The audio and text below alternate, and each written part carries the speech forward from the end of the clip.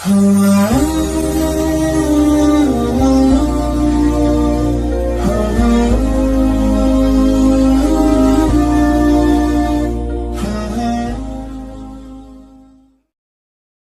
हम ईवीएम को लेकर कुछ बातें डिस्कस करेंगे, क्योंकि मुल्क का एक मामूल बनता जा रहा है। मुल्क में जब भी इंतखाबात होते हैं, इलेक्शंस होते हैं, तो ईवीएम को लेकर एक सियासत गर्म हो जाती है, बहुत सारे सवालात उठाए जाते हैं। तो मामूल के मुताबिक इस मर्तबा भी इलेक्शन के बाद में कई सवालात ईवीएम को लेकर उठाए गए और सियासत गर्म हो गई है। ये न्यूज सामने आ रही है कि 20,000 ईवीएम अनऑफिशियल पाए गए। दिग्विजय सिंह जो बहुत बड़े एक नेता हैं, एक सियासी चेहरा हैं, उन्होंने ये बात उठाई है कि शाम के वक्त में जो ईवीएम आई है वो 99% चार्ज थी। यानी पूरे दिन भर 8 या 9 घंटे ईवीएम चलने के बाद ईवीएम के अंदर सिर्फ 1% चार्जिंग खत्म हुई है और 99% चार्जिंग बाकी थी। उनका कहने का मतलब ये है कि जो बूथ पर ईवीएम इस्तेमाल हुई है वो ईवीएम अलग है और यहाँ जो ईवीएम आई हैं वो ईवीएम अलग हैं। तो खैर, ईवीएम के मुतालिक जो कुछ भी चल रहा है और जो भी हंगामा आराई हो रही है, आप सुन ही रहे होंगे। हम जरा ईवीएम की तारीख देते हैं कि ईवीएम कब आई, भारतीय ईवीएम भारत के अंदर कब आई, कब इस्तेमाल हुई और उसका क्या माजी और तारीख रही है, इसके ऊपर थोड़ा सा हम डिस्कस करते हैं, ताकि हमारे काम करने वाले नौजवानों को उसके बारे में थोड़ी सी इंफॉर्मेशन हो। 1980 में एमबी हनीफा नाम के एक शख्स ने इस ईवीएम को बनाया और केरला के अंदर एक इलेक्ट्रॉनिक एग्जीबिशन था, उस एग्जीबिशन में इसको पेश किया गया सबसे पहली मर्तबा। 1982 में केरला ही में परूर नाम की विधानसभा के अंदर इसको ट्रायल बेस पर 50 जगह पर इस्तेमाल किया गया और 1983 इसके इस्तेमाल के ऊपर रोक लगा दी गई। सुप्रीम कोर्ट ने ये ऑर्डर जारी किए कि जब तक कानून नहीं बनाया जाता ईवीएम मशीन को लेकर, उस वक्त तक ईवीएम मशीन को इस्तेमाल नहीं किया जा सकता। तो 1983 से लेकर 1988 तक ईवीएम को इस्तेमाल नहीं किया गया। 1988 के अंदर संसद के अंदर एक बिल लाया गया, जन प्रतिनिधित्व अधिनियम 1951 में संशोधन कर 61A शामिल किया गया, जिसके तहत चुनाव आयोग को इलेक्ट्रिक मशीन इस्तेमाल करने की इजाजत दी गई।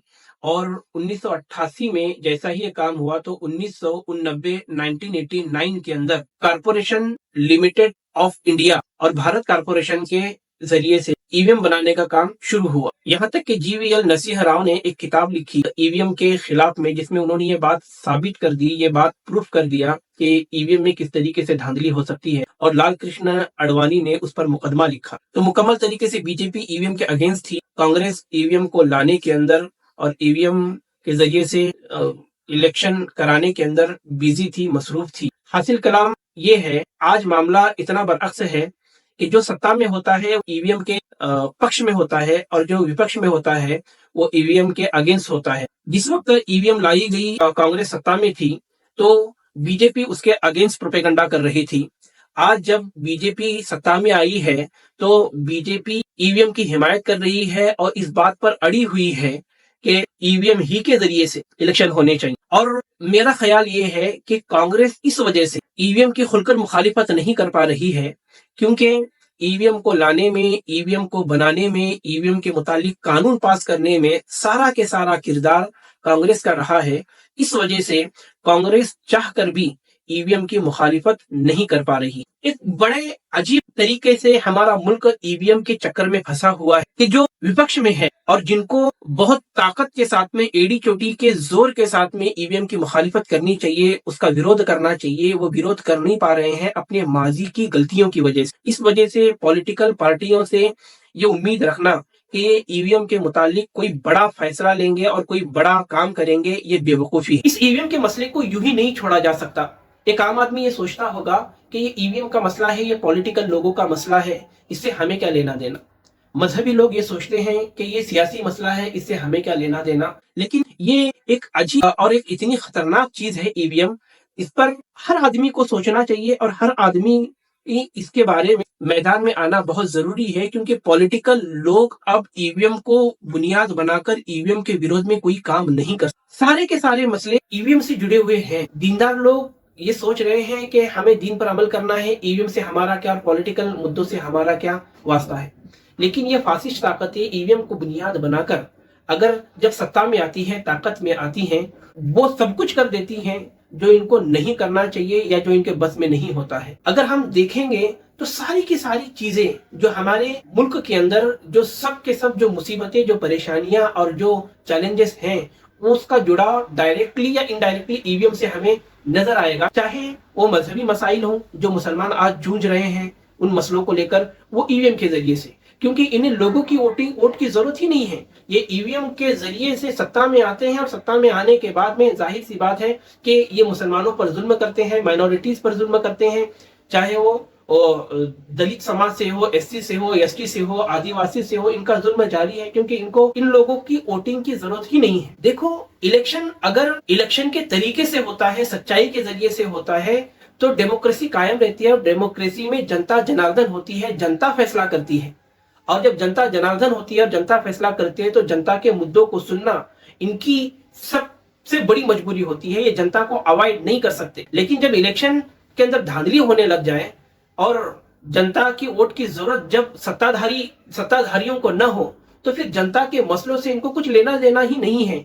तो वहां जनता प्रजा बन जाती है और सत्ताधारी पक्ष ये राजा और बादशाह बन जाता है। अब राजा और बादशाह चाहे जो कानून पास करे, चाहे जो जुल्म करे, उसको कौन पूछने वाला है। तो ईवीएम लोकशाही को खत्म कर कर राजशाही ला रही है, जिसके असरात हम देख रहे हैं कि मुल्क में सब परेशान हैं। मुसलमानों का मसला ईवीएम से जुड़ा हुआ मसला है, बेरोजगारी का मसला, किसानों का मसला, औरतों पर जो जुल्म हो रहा है वो जुल्म का मसला, ये सारे के सारे मसले, एजुकेशन का मसला, हेल्थ सिस्टम का मसला, करप्शन का मसला, ये सारे मसले जो जुड़े हुए हैं वो ईवीएम से जुड़े हुए हैं। अगर इन तमाम मसलों को कहीं ना कहीं अगर हमें रोकना है तो ईवीएम के मुद्दे पर संजीदगी के साथ में सोचना पड़ेगा। अब सबसे बड़ा सवाल यही है कि बिल्ली के गले में घंटी बांधेगा कौन? जब सत्ताधारी पक्ष अपना काम नहीं कर रहा है सही तरीके से और विपक्ष खामोश है और वो मजबूरियों की वजह से ये एक्शन ईवीएम के खिलाफ नहीं ले पा रहा है, तो अब ईवीएम को लेकर ये मसला हल कैसे किया जा सकता है? तो जहां तक मैं समझ रहा हूं,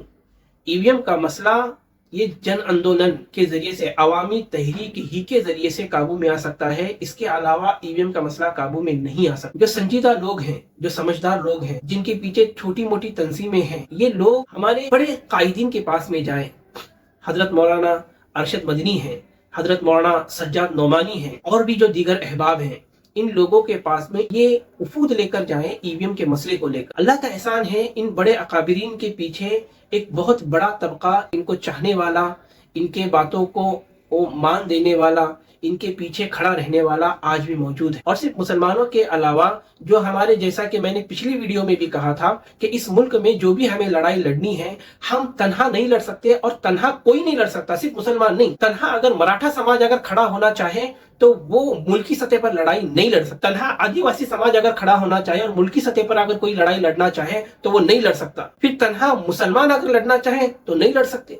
तो जिस तरीके से कोई भी समाज तन्हा मुल्की सतह की लड़ाई नहीं लड़ सकता, उसी तरीके से मुसलमान भी तन्हा मुल्की सतह की लड़ाई नहीं लड़ सकता। तो सब समाजों में जो इस मुद्दे को लेकर, चाहे वो पॉलिटिकल लोग हो या न हो, जिनके पीछे छोटी मोटी तंजीमें हो, वो अहबाबों को भी हमें इस लड़ाई में शामिल करना पड़ेगा। पत्रकारों को शामिल करना पड़ेगा, जैसे रविश कुमार हैं, अभिसार शर्मा हैं, आरफा खानम हैं, ऐसे बहुत बड़े बड़े पत्रकार हैं जो इस लड़ाई को लड़ सकते हैं या इस लड़ाई को अवामी तहरीक में तब्दील कर सकते हैं। तो हम जहां जिन जिन लोगों तक और जिन जिन बड़े चेहरों तक पहुंच सकते हैं, उन चेहरों तक पहुंचकर इन अकाबिरीन के पास में जाकर इनके निगरानी के अंदर अगर हम कोई मुल्की सतह की अगर तहरीक अगर खड़ा कर सकते हैं, तो ईवीएम के मुद्दे के ऊपर फिर जो है यहाँ की न्याय व्यवस्था तवज्जो देगी, मुतवज्जा होगी, और हो सकता है कि कुछ फैसला कुन नतीजे हमारे सामने आए। वरना अब के इलेक्शन हुए हैं, इसमें धांधली सामने आ गई और धांधली के अंदर चंद दिन सियासत जो है गर्म रही और बात खत्म हो गई। 2024 में भी यही होगा, एडी चोटी का जोर लगाएंगे, ईवीएम में धांधलियां होंगी और ईवीएम में धांधली होकर वो इलेक्शन जीत लेंगे, 2024 में सरकार बना लेंगे। और सरकार बनने के बाद में चाहे आप जितने भी जो है ईवीएम के ऊपर उंगलियां उठाओ या ईवीएम को लेकर जितना ही हंगामा करो, वो सरकार में है, आपकी आवाज को दबा देंगे। और जैसा कि कहा जा रहा है कि 2000 के अंदर अगर वो चुनकर आ गए तो बहुत कुछ मुल्क के दस्तूर के अंदर धांधली और मुल्क के दस्तूर को जो है बदलने की उनकी तैयारियां हैं, बल्कि मुल्क के दस्तूर को खत्म करने की तैयारियां चल रही हैं। ये बातें हर कस और नाकस थोड़ी बहुत समझ रखने वाला जानता है। इस वजह से सिर्फ इस चीज को उठाना मुसलमानों की जरूरत नहीं है, बल्कि मुल्क में बसने वाले तमाम माइनॉरिटीज को इसकी तरफ मुतवज्जा होना पड़ेगा। अम्बेडकरी मूवमेंट्स को इसकी तरफ मुतवज्जा होना पड़ेगा, क्योंकि अगर मुल्क के अंदर 2024 में फासिस्ट ताकतें दोबारा आ गई तो वो दस्तूर को खत्म कर देंगी और उनके मन मुताबिक जो वो दस्तूर लाना चाहते हैं उस दस्तूर को लेकर आएंगे। तो मुसलमानों का तो जाने दीजिए, जो दीगर माइनॉरिटीज हैं उन पर भी और उनके एजेंडे को भी किस तरीके से बर्बाद किया जाएगा और उन पर जो जुल्म के पहाड़ टूट सकते हैं उसका अंदाजा उन लोगों को है। दस्तूर के जरिए से उनको तहफ़्फ़ुज़ मिला हुआ है, दस्तूर के जरिए से उन लोगों को नौकरियां मिली हुई हैं, बहुत सारे हुकूक और अधिकार दस्तूर के जरिए से हमारे वतनी भाइयों को मिला हुआ है। वो तमाम हक और अधिकार 2024 के बाद छीने जा सकते हैं और 2024 के बाद क्या अभी से छीने जा रहे हैं। बहुत सारी चीजों को प्राइवेट किया गया है, एजुकेशन को महंगा किया गया है और बहुत कुछ किया जा रहा है। दस्तूर के होते हुए जब इतने अधिकार छीने जा सकते हैं तो दस्तूर खत्म होने के बाद में क्या कुछ नहीं हो सकता। उस वक्त में ये हो सकता है कि आपके बोलने पर भी पाबंदी लगाई जा सकती है। तो जब इतने हालात जब खराब होने के अंदेशे हैं तो हमें सब मिलजुल कर ईवीएम के खिलाफ जब तक हम कोई मजबूत जन आंदोलन नहीं खड़ा करते उस वक्त तक 2024 में हम कुछ उम्मीद नहीं कर सकते। ये मेरी बात आप जितने लोगों तक पहुंचा सकते हैं उतने लोगों तक पहुंचाएं। और जो मैंने एक मुख्तसर अंदाज में जो खाका बयान किया है कि किस तरीके से हमें मैदान में आना चाहिए, कि जो भी इस मुद्दे से इत्तेफाक रखते हैं उन सब लोगों को लेकर हम हमारे अकाबिरीन के पास में और हर समाज के जो बड़े लोग हैं और जो इस मुद्दे की हकीकत को और इस मुद्दे के सेंसिटिविटी को समझते हैं उन लोगों के पास में हमें हमारे बड़े लोगों के जरिए से कांटेक्ट करवाएं। और एक मिला जुला प्लेटफॉर्म अगर कायम हो जाता है जिसमें हर माइनॉरिटी और कम्युनिटी के बड़े बड़े जिम्मेदार हो, जिस तरीके से दीन दस्तूर बचाओ तहरीक चली हुई थी और उस तहरीक के अंदर तमाम के तमाम अहबाब उसमें शामिल हो रहे थे और एक ताकत खड़ी हो रही थी, वैसी ही एक तहरीक ईवीएम को लेकर जब तक खड़ी नहीं होती उस वक्त तक ईवीएम के मुतालिक कोई हतमी फैसला नहीं आ सकता। और जब तक ईवीएम को नहीं रोका जाएगा उस वक्त तक 2024 को लेकर हम कुछ उम्मीद नहीं कर सकते। मैं मुसलमानों से एक बात अर्ज कर दूं ताकि वो इस बात की संजीदगी को समझे। अगर मैं ये कह दूं कि ईवीएम दज्जाली फितनों में से एक बहुत बड़ा फितना है, ये दज्जाली फितना है, जैसे बहुत सारे बड़े बड़े फितने हैं दज्जाली फितने हैं, उसी तरीके से ईवीएम भी एक दज्जाली फितना है। इसे हमें हमारा मजहबी फरीजा समझकर इसकी मुखालिफत करनी चाहिए और इसमें अपनी जान माल वक्त को सर्फ करना चाहिए, तभी जाकर यह मुल्क भी बचेगा। इस मुल्क के अंदर जो है इस्लाम पर मुसीबत आना रुकेगी। अगर मुल्क को बचाना है, मुल्क के अंदर मोहब्बतों को बचाना है तो हमें ईवीएम के अगेंस्ट में पूरे मुल्क को मुत्तहिद करना बहुत जरूरी है। और मैं हमारे बड़े लोगों और हमारे अकाबिरीन से ये मुअद्दबाना गुजारिश करता हूँ, मेरी हैसियत तो नहीं है उनके सामने लबकुशाई करने की, लेकिन फिर भी मैं अगर मेरी आवाज़ उन तक पहुँच रही है तो मैं उनसे गुजारिश करता हूँ कि आप हजरात इस वक्त में ईवीएम को लेकर, ईवीएम को बुनियाद बनाकर अपनी सारी ताकत और तवज्जो को वहाँ पर मोड़िए। अगर ईवीएम के अगेंस्ट में अगर हम कोई मूवमेंट खड़ा करते हैं तभी 2024 के इलेक्शन के अंदर हम चाह रहे हैं या जैसा मुल्क चाह रहा है और जो मुल्क को सही रुख पर ले जा सकते हैं वैसे नताइज हम उम्मीद कर सकते हैं। लेकिन अगर हमने इस ईवीएम के तूफान को नहीं रोका तो 2024 में फिर हमें कुछ मेहनत करने की जरूरत नहीं है। हम कितनी ही मेहनत क्यों ना कर दे, 2024 में बीजेपी का आना तय है। जज़ाकल्लाह।